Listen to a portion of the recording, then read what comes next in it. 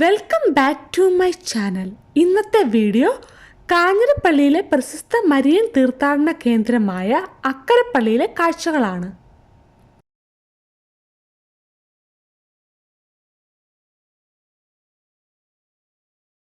ദിനം പ്രതി ധാരാളം വിശ്വാസികൾ എത്തുന്ന ഒരു ദേവാലയമാണിത്.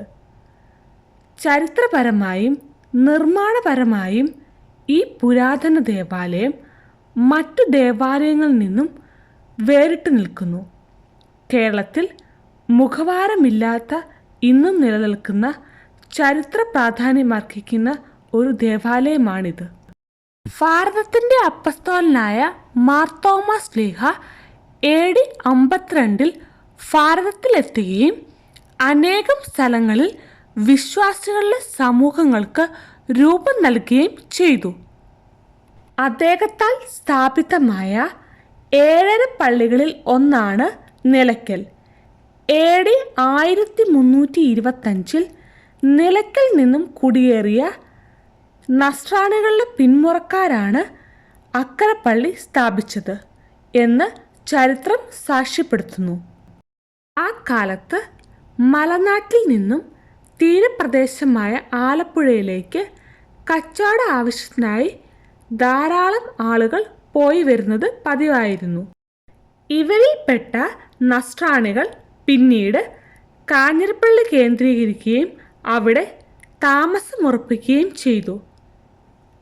ക്രൈസ്തവ വിശ്വാസികളുടെ ആരാധന ആവശ്യങ്ങൾക്കായി ഒരു ദേവാലയം വേണമെന്ന് ആവശ്യപ്രകാരം AD 1449 തെക്കൻകൂർ രാജാവായ കേരളവർമ്മ പെരുമാൾ കാഞ്ഞിരപ്പള്ളിയിലെ നസ്രാണികളുടെ വർത്തകനായിരുന്ന വലിയ വീട്ടിൽ തൊമ്മി മാപ്പിളയ്ക്ക് കാഞ്ഞിരപ്പള്ളി കേന്ദ്രീകരിച്ച് ഒരു ദേവാലയവും ഒരു അങ്ങാടിയും സ്ഥാപിക്കാനായി അനുവാദം നൽകുകയും ചെയ്തു. ഇപ്രകാരം സ്ഥാപിച്ച ദേവാലയം 1449 സെപ്റ്റംബർ 8 സുറിയാനി മെത്രാനായ മാർ യൗസേപ്പ് കൂദാശ ചെയ്യുകയുണ്ടായി. മനോഹരമായ ചിറ്റാറിന തീരത്താണ് അക്കരപ്പള്ളി. ദേവാലയത്തിൻ്റെ പ്രധാന അൽത്താര 17-18 നൂറ്റാണ്ടിൽ പണി കഴിപ്പിച്ചതാണെന്ന് പറയപ്പെടുന്നു. കേരളത്തിലെ പഴയ ദേവാലയങ്ങളിൽ കാണപ്പെടുന്ന ചുവർ ചിത്രങ്ങളുടെ ഉദാഹരണമാണ് അക്കരപ്പള്ളിയിലെ അൽത്താരയിൽ കാണുന്ന ചുവർ ചിത്രങ്ങൾ.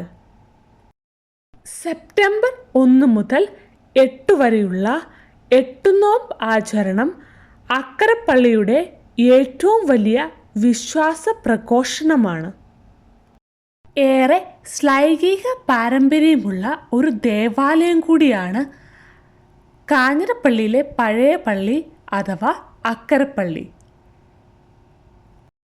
പ്രശസ്ത മരിയൻ തീർത്ഥാടന കേന്ദ്രമായ കാഞ്ഞിരപ്പള്ളിയിലെ അക്കരപ്പള്ളിയിലെ കാഴ്ചകൾ ഇവിടെ അവസാനിക്കുന്നു. മറ്റൊരു വീഡിയോയുമായി കാണുന്നവരേക്കും ബൈ.